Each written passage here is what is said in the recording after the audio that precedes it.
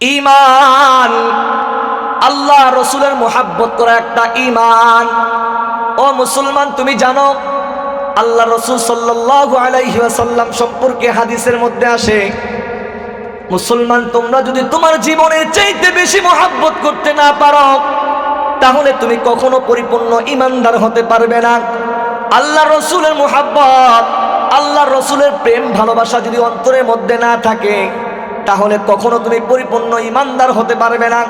আল্লাহ রসুলের শান মান নিয়ে কথা বলে, আল্লাহ রসুলের জন্ম ডিটেলস নিয়ে কথা বলে আমি একটু আপনাদের সামনে বলতে চাই, শুধু আমি নয়, হাজার হাজার লক্ষ লক্ষ উলামা ইকরামের মধ্যে আমার রসুলের শান, আমার রসুলের মান, আমার রসুলের জন্ম ডিটেলস আল্লাহ তাআলা সংরক্ষণ করে রাখছে। কথা বলেন ঠিক কিনা? একটু খেয়াল করে দেখেন, বলেন তো আমার নবীর নাম কি? মুহাম্মদুর রাসূলুল্লাহ সাল্লাল্লাহু আলাইহি ওয়াসাল্লাম। হযরত মুহাম্মদ সাল্লাল্লাহু আলাইহি ওয়াসাল্লামের পিতার নাম আব্দুল্লাহ, আব্দুল্লাহর পিতার নাম আব্দুল মুত্তালিব, আব্দুল মুত্তালিবের পিতার নাম হাশিম, হাশিমের পিতার নাম আব্দে মানাফ, আব্দে মানাফের পিতার নাম কুসাই, কুসাইয়ের পিতার নাম কিলাব, কিলাবের পিতার নাম মুররা, মুররার পিতার নাম কাব, কাবের পিতার নাম লুই, লুইয়ের পিতার নাম গালিব, গালিবের পিতার নাম ফেহের, ফেহেরের পিতার নাম মালিক, মালিকের পিতার নাম আন্নাদর, আন্নাদরের পিতার নাম কেনান, কেনানের পিতার নাম খুজাইমা, খুজাইমার পিতার নাম মুদ্রাইকা, মুদ্রাইকার পিতার নাম ইলাস, ইলাসের পিতার নাম মুদার, মুদারের পিতার নাম নিজার, নিজারের পিতার নাম মাদ, মাদের পিতার নাম আদনান, আদনানের পিতার নাম আওয়াদ, আওয়াদের পিতার নাম হুমাইসা, হুমাইসার পিতার নাম সালামান, সালামানের পিতার নাম আউজ, আউজের পিতার নাম বুজ, বুজের পিতার নাম কামওয়াল, কামওয়ালের পিতার নাম উবাই, উবাইয়ের পিতার নাম আওয়ান, আওয়ানের পিতার নাম নাশিদ, নাশিদের পিতার নাম হিজা, হিজার পিতার নাম বালদাস, বালদাসের পিতার নাম ইয়াদলাস, ইয়াদলাসের পিতার নাম তাবিখ, তাবিখের পিতার নাম জাহিম, জাহিমের পিতার নাম নাহিস, নাহিসের পিতার নাম মাখি, মাখির পিতার নাম আয়েফ, আয়েফের পিতার নাম আবেকার, আবেকারের পিতার নাম উবাইদ, উবাইদের পিতার নাম আদ্দাহা, আদ্দাহার পিতার নাম হামদান, হামদানের পিতার নাম সানবার, সানবারের পিতার নাম ইয়াসরিদ, ইয়াসরিদের পিতার নাম ইয়াহজিন, ইয়াহজিনের পিতার নাম ইলহান, ইলহানের পিতার নাম ইরাওয়া, ইরাওয়ার পিতার নাম আইজি, আইজির পিতার নাম জিশান, জিশানের পিতার নাম আইসার, আইসারের পিতার নাম আফনাদ, আফনাদের পিতার নাম আইহাম, আইহামের পিতার নাম মুকাসির, মুকাসিরের পিতার নাম নাহিস, নাহিসের পিতার নাম জারি, জারির পিতার নাম শামি, শামির পিতার নাম মাজ্জি, মাজ্জির পিতার নাম ইওয়াদ, ইওয়াদের পিতার নাম ইরাম, ইরামের পিতার নাম হিদার, হিদারের পিতার নাম হযরত ইসমাঈল আলাইহিস সালাম। আল্লাহু আকবার বলেন। ইসমাঈল আলাইহিস সালামের পিতার নাম পয়গম্বর ইব্রাহিম আলাইহিস সালাতু ওয়াস সালাম। ইব্রাহিম পয়গম্বরের পিতার নাম কেউ বলে আজর, কিন্তু তারিখের কিতাবের মধ্যে আসছে আল্লাহর পয়গম্বর ইব্রাহিম, পিতা ইব্রাহিমের পিতার নাম আজর, আজর আজর এবং তারক, তারকের পিতার নাম নাহুর, নাহুরের পিতার নাম শারুজ, শারুজের পিতার নাম রাউ, রাউর পিতার নাম ফাহিজ, ফাহিজের পিতার নাম আবির, আবিরের পিতার নাম আফরাসাদ, আফরাসাদের পিতার নাম শাম, শামের পিতার নাম হযরত, শামের পিতার নাম হযরত নূহ আলাইহিস সালাতু ওয়াস সালাম, নূহ আলাইহিস সালামের পিতার নাম ইয়ারিদ, ইয়ারিদের পিতার নাম লামিক, লামিকের পিতার নাম মাতুসালিক, মাতুসালিকের পিতার নাম হযরত নূহ, ইদ্রিস আলাইহিস সালাম, ইদ্রিস আলাইহিস সালামের পিতার নাম ইয়ারিদ, ইয়ারিদের পিতার নাম মালহালিল, মালহালিলের পিতার নাম কিনান, কিনানের পিতার নাম আনুশ, আনুশের পিতার নাম শীষ পয়গম্বর আলাইহিস সালাতু ওয়াস সালাম। আর শীষ পয়গম্বরের পিতা আল্লাহ তাআলা যাকে দুনিয়ার প্রথম মানব এবং প্রথম নবী করে বানাইলেন, যেই নবীর মাধ্যমে আল্লাহ তাআলা তামাম দুনিয়ার সমস্ত মানুষকে বংশ বিস্তার করে দিলেন, যেই নবী হলেন আমাদের আদি পিতা পয়গম্বর আদম আলাইহিস সালাতু ওয়াস সালাম। ও তামাম পৃথিবীর বেঈমান নাস্তিক মুর্তাদ শুনে নাও, আমার আল্লাহর রাসূলের শান নিয়ে, আমার রাসূলের মান নিয়ে, আমার রাসূলের জন্ম নিয়ে, আমার রাসূলের বংশ নিয়ে যদি কথা বলতে চাও তাহলে আগে প্রমাণ দাও তোমার বাবার নাম কি, তোমার বাবার বাবার নাম কি, তোমার বাবার দাদার বাবার নাম কি, বরঞ্চ তুমি তোমার কয় জন্মের পিতার নাম বলতে পারবা? না না, তুমি বলতে পারবা না। কিন্তু আমরা এমন একজন নবীর উম্মত যেই নবীর জন্ম ডিটেইলস আল্লাহ তাআলা কিয়ামত পর্যন্ত হাজার হাজার মানুষের সিনার মধ্যে লিপিবদ্ধ করে রেখেছে। কথা বলেন ঠিক কিনা? আজগদুল এলাকার মুসলমান একটু গভীর মনোযোগ দিয়ে বলেন, যেই রব আমাকে হাজারো মানুষের ভিতর থেকে উত্তোলন করলেন, যেই রব আপনাকে আমাকে গুনাহের পরিবেশ থেকে উত্তোলন করিয়া জান্নাতের বাগানে পরিবেশে বসার তৌফিক দান করেছেন, চাইলে ওই রব তো ওই সমস্ত মানুষদেরকেও বসাইতে পারতেন না। যুবক ভাই, ও বৃদ্ধ বাবা, ও এলাকার মুসলমান, হয়তোবা তোমার কপালের মধ্যে হেদায়েত শূন্য।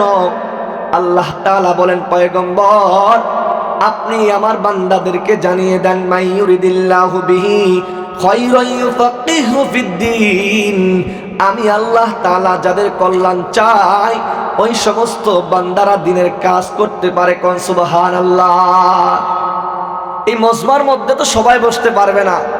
আল্লাহ যাদের কপালের মধ্যে হেদায়েত নসিব করেছেন, আল্লাহ তাআলা যাদের কল্যাণ চায়, আল্লাহ রাব্বুল আলামিন যাদের ভালো চায়, যাদের সফলতা চায়, ওই সমস্ত ব্যক্তিদেরকে রব্বে কারীম দ্বীনের কাজ করা সহজ করে দেয়। ও প্রিয় মুসলমান ভাইরা, ও পর্দার অন্তরালের মা বোনেরা, কুরআনুল কারীম থেকে একটি আয়াতে কারিমা তিলাওয়াত করেছি। রব্বে কারীম বলেন, আতিউল্লাহ, এক নাম্বার হলো আল্লাহ তাআলার অনুসরণ করো। আল্লাহ তাআলাকে কিভাবে মানবে? ও যুবক ভাই, ও পর্দার অন্তরালের মা, ও বাজারের মধ্যে অবস্থানরত ভাইয়েরা একটু শুনেন। আল্লাহ তাআলা বলেন, আতিউল্লাহ, আমার অনুসরণ করো, ওয়া আতিউর রাসূল, আমার রাসূলের অনুসরণ করো, ওয়ালা তুবতিলু আমালাকুম, নতুবা তোমাদের আমলগুলো আল্লাহর দরবারে কবুল হবে না। তোমরা নামাজ পড়বে কিন্তু আল্লাহর অনুসরণ না থাকার কারণে, আল্লাহর হাবিব পয়গম্বর বিশ্ব নবীর অনুসরণ না থাকার কারণে আল্লাহ তাআলা জানিয়ে দিলেন, আল্লাহ এবং আল্লাহর হাবিবের অনুসরণ অনুকরণ ব্যতীত যত আমল, যত নেক আমল করো না কেন, ও যুবক ভাই, তোমার কোন আমল আমার আল্লাহর কাছে কবুল হবে না। বলুন তো, আল্লাহ তাআলার কাছে ইবাদত কবুল হওয়ার শর্ত কয়টা? ইবাদত কবুল হওয়ার শর্ত দুইটা। একটা হলো আল্লাহ তাআলার অনুসরণ করা, দ্বিতীয়টা হলো রাসূলের অনুসরণ করা। এখন আল্লাহ তাআলার অনুসরণ কিভাবে করব রে ভাই? আল্লাহ তাআলার ইবাদত যদি করতে চাও, আল্লাহ তাআলার হুকুম মানতে হলে তোমাকে আমাকে আল্লাহর রাসূলের অনুসরণ করা দরকার। আর রাসূলের অনুসরণ মানেই হলো হাদিস, আল্লাহর রাসূলের অনুসরণ মানেই হলো সুন্নাহ। আল্লাহর রাসূলের পদ্ধতি কাইফিয়াত অনুসরণ অনুকরণ করে যদি আল্লাহ তাআলার হুকুম পালন করো, আল্লাহ তাআলা তোমার জন্য কবুল করে নিবে। কোন সুবহানাল্লাহ। ভাই একটু ইকো দেন, আর একটু ইকো দেন হালকা, আর একটু রিভার্ব দেন। একটু খেয়াল করে দেখেন যুবক ভাই, দুইটা কাজ আল্লাহর কাছে বড় দাম। এক নাম্বার হলো ঈমান, দুই নাম্বার হলো আল্লাহর রাসূলের অনুসরণ করা, যেটা নেক আমলের সাথে সম্পৃক্ত। কিভাবে বলেন? আল্লাহ তাআলার হুকুম যদি আমি একা একা করি, আমি যদি আমার মন মতো করি, তাহলে আল্লাহর কাছে কবুল হবে না। আল্লাহর হুকুমটা রাসূলের তরিকা পন্থা অনুকরণ করে করতে হবে। যদি আমার আমলের মধ্যে আমার রাসূলের অনুসরণ না থাকে, রাসূলের সুন্নাহ না থাকে, রাসূলের হাদিস না থাকে, তাহলে ওই আমলটা আমার স্বয়ং সম্পূর্ণ হবে না, আল্লাহর কাছে কবুলও হবে না। এই কথাটাই আল্লাহ তাআলা অন্য আয়াতের মধ্যে বলেছেন, ওয়ামা আতাকুমুর রাসূলু ফাখুযুহু ওয়ামা নাহাকুম আনহু ফান্তাহু। ও দুনিয়ার বান্দা, ও আমার বান্দা, তোমরা আমার রাসূলের অনুসরণ করো। আমার রাসূল যা করতে বলেছে, আমার রাসূল যা তোমাদের মাঝে নিয়ে এসেছে তা মেনে নাও, আর আমার রাসূল যা নিষেধ করেছে তা বর্জন করো। আল্লাহ রাসূলের যেটা করতে বলছে ওইটা করো, আর যেটাকে ছাড়তে বলছে ছাড়ো। আল্লাহ রাসূল যেই কাজটা করছে করার তাগিদ দিয়েছে ওই কাজের সাথে অবিচল থাকো, আর যেইটা করেন নাই করতে নিষেধ করেছে ওই কাজটাকে ছেড়ে দাও। আল্লাহ তাআলা বলেন তাহলেই তোমার ইবাদত আমার কাছে কবুল হবে। সম্মানিত মুহতারাম হাজিরিন, আল্লাহ তাআলার ইবাদত যারা করবে তাদের প্রথম নম্বর হলো ঈমান। ঈমান ছাড়া কোনো আমলের দাম আল্লাহর কাছে নাই। একটু খেয়াল করে দেখেন, ঈমান ছাড়া যদি আমলের দাম থাকতো তাহলে এই পৃথিবীর মধ্যে এমন একজন নারীর আবির্ভূত হয়েছিল, দুনিয়ার মধ্যে আগমন করেছিলেন, যেই নারীটা হলো মাদার তেরেসা। তিনি মানুষের সেবায় নিয়োজিত ছিলেন। তিনি এমন একজন নারী ছিলেন যাকে বিশ্ব থেকে তাকে নোবেল পুরস্কার দেওয়া হয়েছিল, কারণ তিনি মানুষ সেবায় মানব সেবায় নিজেকে নিয়োজিত করেছিলেন। ওই নারীটা ঈমানদার ছিল না, কিন্তু ঈমান না থাকার কারণে আল্লাহ তাআলাই তো কুরআনুল কারীমের মধ্যে বলে দিয়েছেন, ওয়া মাইয়াবতাগি গায়রাল ইসলামি দীনান ফালাই ইউকবালা মিন ওয়া হুয়া ফিল আখিরাতি মিনাল খাসিরিন। আল্লাহ তাআলা বলেন, আল্লাহ রাব্বুল আলামিন জানিয়ে দেন, ও দুনিয়ার মানুষ, যদি তুমি ঈমান না আনয়ন করো, ঈমান ছাড়া অন্য কোন ধর্ম, ইসলাম ছাড়া অন্য কোন ধর্ম, কর্ম পদ্ধতি, পন্থা, কাইফিয়াত আল্লাহর কাছে গ্রহণযোগ্য হবে না। ওয়া হুয়া ফিল আখিরাতি মিনাল খাসিরিন। তারা কিয়ামতের দিন ক্ষতিগ্রস্তদের অন্তর্ভুক্ত হবে। ওয়ালাহুম আযাবুন আলীম। তাদের জন্য কঠিন যন্ত্রণাদায়ক আযাবের ব্যবস্থা করা হয়েছে। কথা বলেন ঠিক কিনা? সামনের দিকে আসেন। আপনার আমার ঈমানকে কিভাবে নষ্ট করবে? এই ঈমানকে নষ্ট করার জন্য শয়তান নিয়োজিত হয়েছে, শয়তান আমাদের পিছনে মেহনত করতেছে। এই ঈমানের দাম অনেক বেশি বাবা। অল্প সময় নিয়ে কথা বলবো। ঈমানের উপরে ছোট্ট একটা মিসাল আপনাদের সামনে বলতে চাই। ইহুদি খ্রিস্টানরা আজকে শুধু না, আল্লাহর রাসূলের জিন্দেগি থেকে শুরু, তার আগ থেকে শুরু করে মুসলমানদের ঈমানকে নষ্ট করার জন্য, তারা মুসলমানদের ইসলামকে দুনিয়া থেকে বিদায় করার জন্য ওই সময় থেকেই কিন্তু তারা এই ইসলামের বিপক্ষে কাজ করতেছে। বহু বছর আগের কথা, ইয়ামানের জালিম বাদশা, তিনি গোটা দেশের মধ্যে রুলস জারি করে দিলেন, এই দেশের মধ্যে একমাত্র খ্রিস্ট ধর্ম ছাড়া অন্য কোন ধর্ম থাকবে না। যেখানে ইসলাম ধর্মের অনুসারীদেরকে পাওয়া হবে সেখানে গ্রেফতার করা হোক অথবা কতল করা হোক।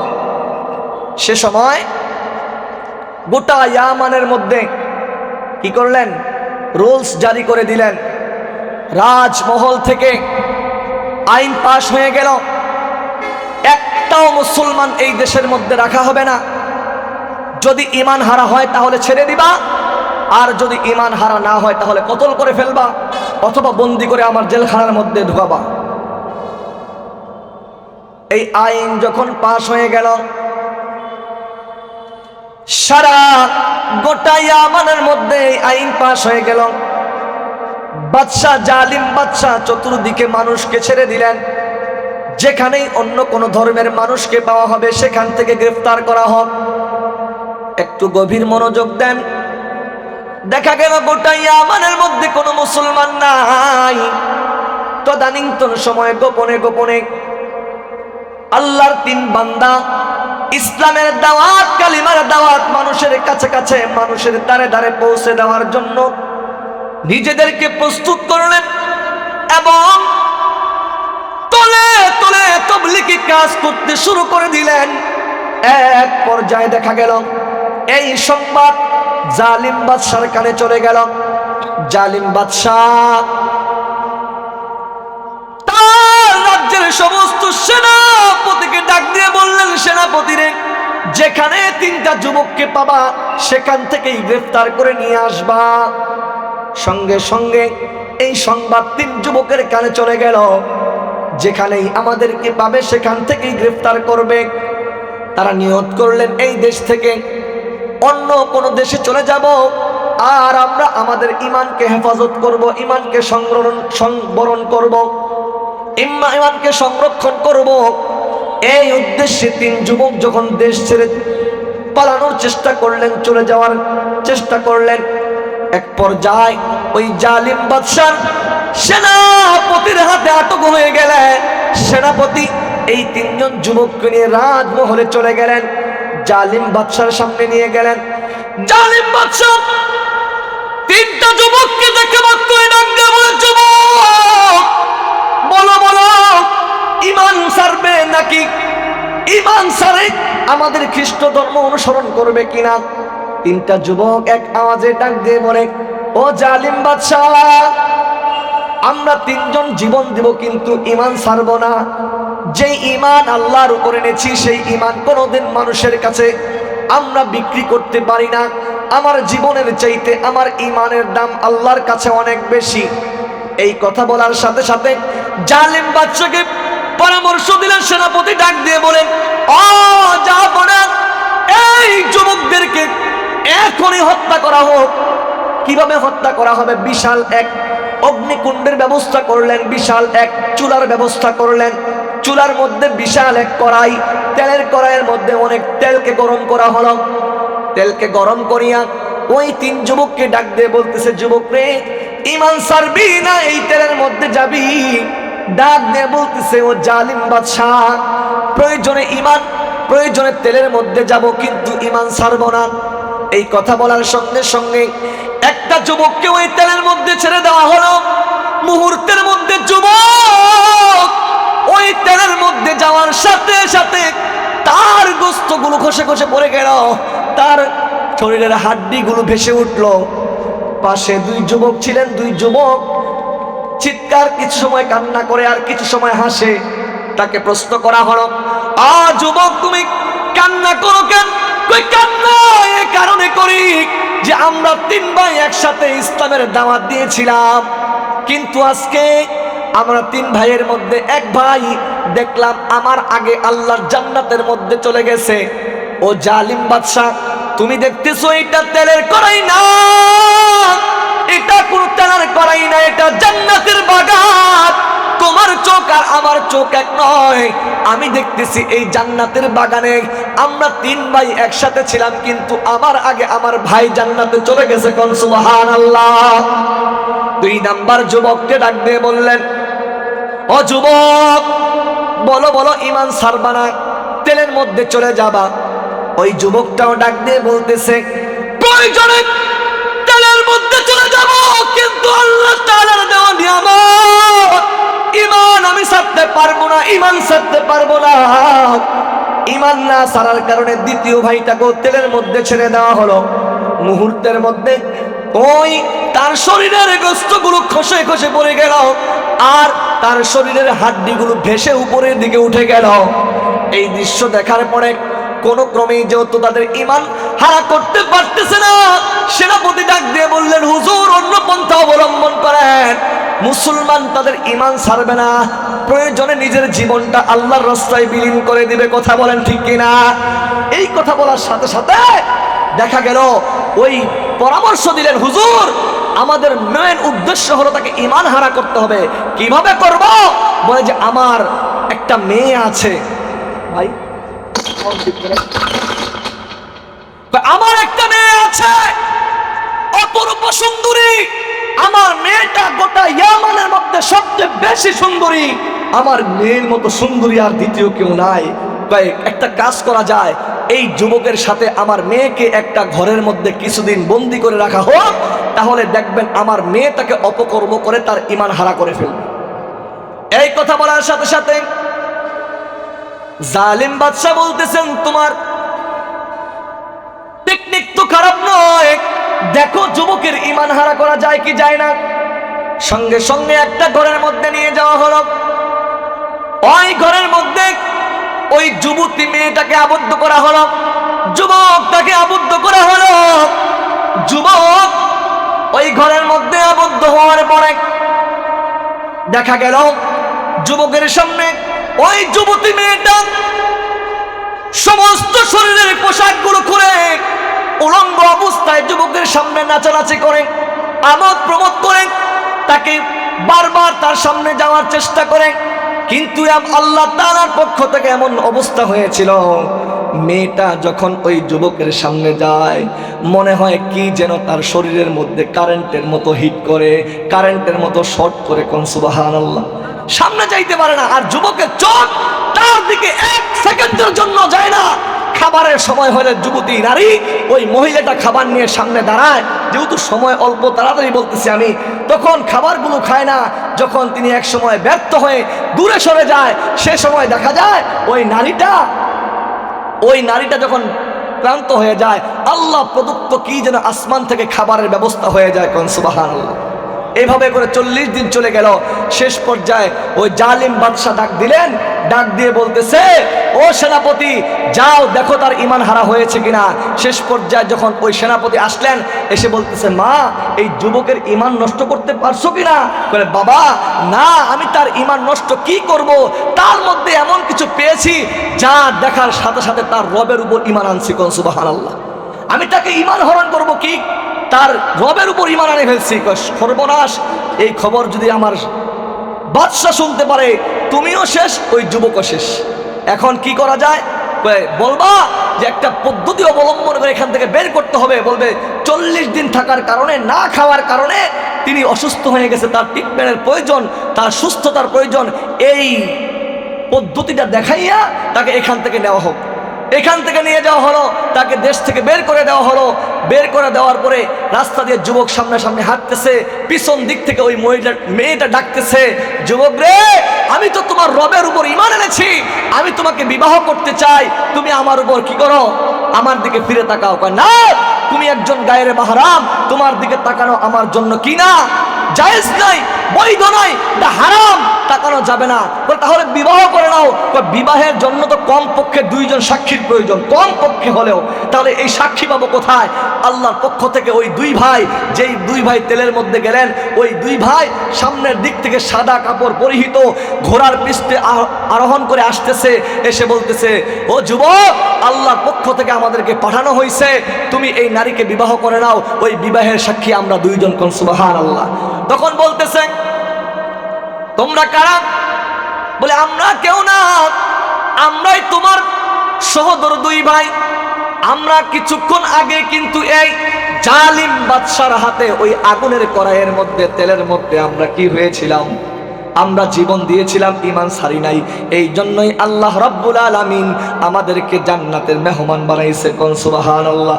এই জন্য ঈমান হারা হওয়া যাবে না।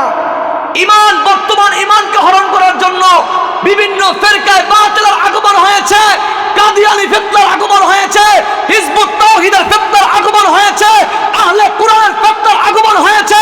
বিভিন্ন শিরক বিদআত দিয়ে আপনার ঈমানকে হরণ করার জন্য ওই সমস্ত ফিরকায়ে বাতিল বাংলাদেশের প্রত্যন্ত অঞ্চলের মধ্যে কাজ করতেছে। যে সমস্ত অঞ্চলে কাজ করে তার চাইতে বেশি ফিরকায়ে বাতিলের আগমন হলো পঞ্চগড় জেলা। কোন জেলায় বলেন, কোন জেলায়? একটু খেয়াল করেন। এখন আসেন, আল্লাহ রসুলের অনুসরণ করা। কার অনুসরণ করা? আল্লাহ রসুলের অনুসরণ করা। আল্লাহ রসুল সাল্লাল্লাহু আলাইহি ওয়াসাল্লাম, আল্লাহ রসুল ডাক দিলেন, ডাক দিয়ে বলতেছে, ওমর তুমি আমাকে কতটুকু ভালোবাসো? বলে, ইয়া রাসূলুল্লাহ, আমি আপনাকে আমার জীবনের, আমি আপনাকে সব কিছুর চাইতে বেশি ভালোবাসি। আল্লাহর পয়গম্বর বললেন, তুমি প্রকৃত ঈমানদার হতে পারো নাই। ইয়া রাসূলুল্লাহ, কিভাবে? যতক্ষণ পর্যন্ত তোমার নিজের জীবনের চাইতে আমি রসুলকে বেশি মহব্বত না করবা, ততক্ষণ পর্যন্ত তুমি কি হতে পারবা না, প্রকৃত ঈমানদার হতে পারবা না। সেই নবী আল্লাহ রসুল সাল্লাল্লাহু আলাইহি ওয়াসাল্লামের শান মান আল্লাহ রসুলের উম্মতের সামনে কাদিয়ানীরা হরণ করতেছে, আল্লাহ রসুলকে নিয়ে কটূক্তি করতেছে, আল্লাহ রসুলের হাদিসকে ব্যঙ্গ করতেছে, আল্লাহ রসুলের শান মান ইজ্জতকে দুনিয়ার মধ্যে তারা বিলুপ্ত করার চেষ্টা করতেছে। আর ওই সমস্ত আশিক রাসূল বসে বসে মিষ্টি খায়। কি খায় বলেন না কেন? কি খায়? ও ভাই, একটু খেয়াল করেন। আমার সময় আর মাত্র 5 মিনিট। আমি আপনাদেরকে একটা কথা বলে শেষ করে দেই। আল্লাহ রসুল এমন একজন পয়গম্বর, আল্লাহ রসুল সাল্লাল্লাহু আলাইহি ওয়াসাল্লামের অনুসরণ ছাড়া কোনো আমলই কবুল হবে না। কোনো আমলে কি হবে না? জোরে বলে না, কি হবে না? আল্লাহ রসুল সাল্লাল্লাহু আলাইহি ওয়াসাল্লাম ঈমান আল্লাহ রসুলের মুহাব্বত করা একটা ঈমান। ও মুসলমান, তুমি জানো আল্লাহ রসুল সাল্লাল্লাহু আলাইহি ওয়াসাল্লাম সম্পর্কে হাদিসের মধ্যে আসে, মুসলমান তোমরা যদি তোমার জীবনের চাইতে বেশি মুহাব্বত করতে না পারো তাহলে তুমি কখনো পরিপূর্ণ ঈমানদার হতে পারবে না। আল্লাহ রসুলের মুহাব্বত, আল্লাহ রসুলের প্রেম ভালোবাসা যদি অন্তরের মধ্যে না থাকে তাহলে কখনো তুমি পরিপূর্ণ ঈমানদার হতে পারবে না। আল্লাহ রসুলের শান মান নিয়ে কথা বলে, আল্লাহ রসুলের জন্ম ডিটেলস নিয়ে কথা বলে আমি একটু আপনাদের সামনে বলতে চাই, শুধু আমি নয়, হাজার হাজার লক্ষ লক্ষ উলামা ইকরামের মধ্যে আমার রসুলের শান, আমার রসুলের মান, আমার রসুলের জন্ম ডিটেলস আল্লাহ তাআলা সংরক্ষণ করে রাখছে। কথা বলেন ঠিক কিনা? একটু খেয়াল করে দেখেন, বলেন তো আমার নবীর নাম কি? মুহাম্মদুর রাসূলুল্লাহ সাল্লাল্লাহু আলাইহি ওয়াসাল্লাম। হযরত মুহাম্মদ সাল্লাল্লাহু আলাইহি ওয়াসাল্লামের পিতার নাম আব্দুল্লাহ, আব্দুল্লাহর পিতার নাম আব্দুল মুত্তালিব, আব্দুল মুত্তালিবের পিতার নাম হাশিম, হাশিমের পিতার নাম আব্দে মানাফ, আব্দে মানাফের পিতার নাম কুসাই, কুসাইয়ের পিতার নাম কিলাব, কিলাবের পিতার নাম মুররা, মুররার পিতার নাম কাব, কাবের পিতার নাম লুই, লুইয়ের পিতার নাম গালিব, গালিবের পিতার নাম ফেহের, ফেহেরের পিতার নাম মালিক, মালিকের পিতার নাম আন্নাদর, আন্নাদরের পিতার নাম কেনান, কেনানের পিতার নাম খুজাইমা, খুজাইমার পিতার নাম মুদ্রাইকা, মুদ্রাইকার পিতার নাম ইলাস, ইলাসের পিতার নাম মুদার, মুদারের পিতার নাম নিজার, নিজারের পিতার নাম মাদ, মাদের পিতার নাম আদনান, আদনানের পিতার নাম আওয়াদ, আওয়াদের পিতার নাম হুমাইসা, হুমাইসার পিতার নাম সালামান, সালামানের পিতার নাম আউজ, আউজের পিতার নাম বুজ, বুজের পিতার নাম কামওয়াল, কামওয়ালের পিতার নাম উবাই, উবাইয়ের পিতার নাম আওয়ান, আওয়ানের পিতার নাম নাশিদ, নাশিদের পিতার নাম হিজা, হিজার পিতার নাম বালদাস, বালদাসের পিতার নাম ইয়াদলাস, ইয়াদলাসের পিতার নাম তাবিখ, তাবিখের পিতার নাম জাহিম, জাহিমের পিতার নাম নাহিস, নাহিসের পিতার নাম মাখি, মাখির পিতার নাম আয়েফ, আয়েফের পিতার নাম আবেকার, আবেকারের পিতার নাম উবাইদ, উবাইদের পিতার নাম আদ্দাহা, আদ্দাহার পিতার নাম হামদান, হামদানের পিতার নাম সানবার, সানবারের পিতার নাম ইয়াসরিদ, ইয়াসরিদের পিতার নাম ইয়াহজিন, ইয়াহজিনের পিতার নাম ইলহান, ইলহানের পিতার নাম ইরাওয়া, ইরাওয়ার পিতার নাম আইজি, আইজির পিতার নাম জিশান, জিশানের পিতার নাম আইসার, আইসারের পিতার নাম আফনাদ, আফনাদের পিতার নাম আইহাম, আইহামের পিতার নাম মুকাসির, মুকাসিরের পিতার নাম নাহিস, নাহিসের পিতার নাম জারি, জারির পিতার নাম শামি, শামের পিতার নাম মাজ্জি, মাজ্জির পিতার নাম ইওয়াদ, ইওয়াদের পিতার নাম ইরাম, ইরামের পিতার নাম হিদার, হিদারের পিতার নাম হযরত ইসমাঈল আলাইহিস সালাম। আল্লাহু আকবার বলেন। ইসমাঈল আলাইহিস সালামের পিতার নাম পয়গম্বর ইব্রাহিম আলাইহিস সালাতু ওয়াস সালাম। ইব্রাহিম পয়গম্বরের পিতার নাম কেউ বলে আজর, কিন্তু তারিখের কিতাবের মধ্যে আসছে আল্লাহর পয়গম্বর ইব্রাহিম, পিতা ইব্রাহিমের পিতার নাম আজর, আজর আজর এবং তারক, তারকের পিতার নাম নাহুর, নাহুরের পিতার নাম শারুজ, শারুজের পিতার নাম রাউ, রাউর পিতার নাম ফাহিজ, ফাহিজের পিতার নাম আবির, আবিরের পিতার নাম আফরাসাদ, আফরাসাদের পিতার নাম শাম, শামের পিতার নাম হযরত, শামের পিতার নাম হযরত নূহ আলাইহিস সালাতু ওয়াস সালাম, নূহ আলাইহিস সালামের পিতার নাম ইয়ারিদ, ইয়ারিদের পিতার নাম লামিক, লামিকের পিতার নাম মাতুসালিক, মাতুসালিকের পিতার নাম হযরত নূহ ইদ্রিস আলাইহিস সালাম, ইদ্রিস আলাইহিস সালামের পিতার নাম ইয়ারিদ, ইয়ারিদের পিতার নাম মালহালিল, মালহালিলের পিতার নাম কিনান, কিনানের পিতার নাম আনুশ, আনুশের পিতার নাম শীষ পয়গম্বর আলাইহিস সালাতু ওয়াস সালাম। আর শীষ পয়গম্বরের পিতা আল্লাহ তাআলা যাকে দুনিয়ার প্রথম মানব এবং প্রথম নবী করে বানাইলেন, যেই নবীর মাধ্যমে আল্লাহ তাআলা তামাম দুনিয়ার সমস্ত মানুষকে বংশ বিস্তার করে দিলেন, যেই নবী হলেন আমাদের আদি পিতা পয়গম্বরে আদম আলাইহিস সালাতু ওয়াস সালাম। ও তামাম পৃথিবীর বেঈমান নাস্তিক মুর্দা শুনে নাও, আমার আল্লাহর রাসূলের শান নিয়ে, আমার রাসূলের মান নিয়ে, আমার রাসূলের জন্ম নিয়ে, আমার রাসূলের বংশ নিয়ে যদি কথা বলতে চাও তাহলে আগে প্রমাণ দাও তোমার বাবার নাম কি, তোমার বাবার বাবার নাম কি, তোমার বাবার দাদার বাবার নাম কি, বরঞ্চ তুমি তোমার কয় জন্মের পিতার নাম বলতে পারবা? না না, তুমি বলতে পারবা না। কিন্তু আমরা এমন একজন নবীর উম্মত যেই নবীর জন্ম ডিটেইলস আল্লাহ তাআলা কিয়ামত পর্যন্ত হাজার হাজার মানুষের সিনার মধ্যে লিপিবদ্ধ করে রেখেছে। কথা বলেন ঠিক কিনা? এই জন্যই বলতে চাই আলোচনা অগুছালো হয়ে গেছে, আপনাদের কাছে এতটুকুই বলতে চাই যে আমার নবীকে নিয়ে কথা বলার দুঃসাহস কোনো পৃথিবীর মানুষ রাখে না। কথা বলেন ঠিক কিনা? দা 100 একটা কিতাব লেখছেন মাইকেল এজহার্ড, খ্রিস্টান। তিনি তাকে প্রশ্ন করা হলো, তার এই দা 100 কিতাবের মধ্যে সর্বপ্রথম যেই নামটা আনছেন তিনি হলেন আমাদের নবী হযরত মুহাম্মদ রাসূলুল্লাহ সাল্লাল্লাহু আলাইহি ওয়াসাল্লাম। তাকে প্রশ্ন করা হয়েছে যে এই নামটা আনছো কেন? বলে আমি দেখলাম এই মুহাম্মদের চাইতে ভালো মানুষ দুনিয়ার মধ্যে কেউ আসে নাই। সুবহানাল্লাহ। তার মতো পবিত্র মানুষ, তার মতো বিশ্বাসী মানুষ, তার মতো আমানতদার মানুষ, তার মতো সুন্দর মানুষ দুনিয়াতে কেউ আসে নাই এবং কিয়ামত পর্যন্ত আসবে না। আল্লাহু আকবার বলেন। এই জন্য বেঈমানরাও স্বীকার করে আমার নবীর চাইতে সুন্দর, আমানতদার, ভালো, নিষ্ঠাবান, আদর্শবান কেউ নাই। আমার নবীর চরিত্রে যেতে সুন্দর চরিত্রওয়ালা কেউ নাই। কথা বলেন ঠিক কিনা?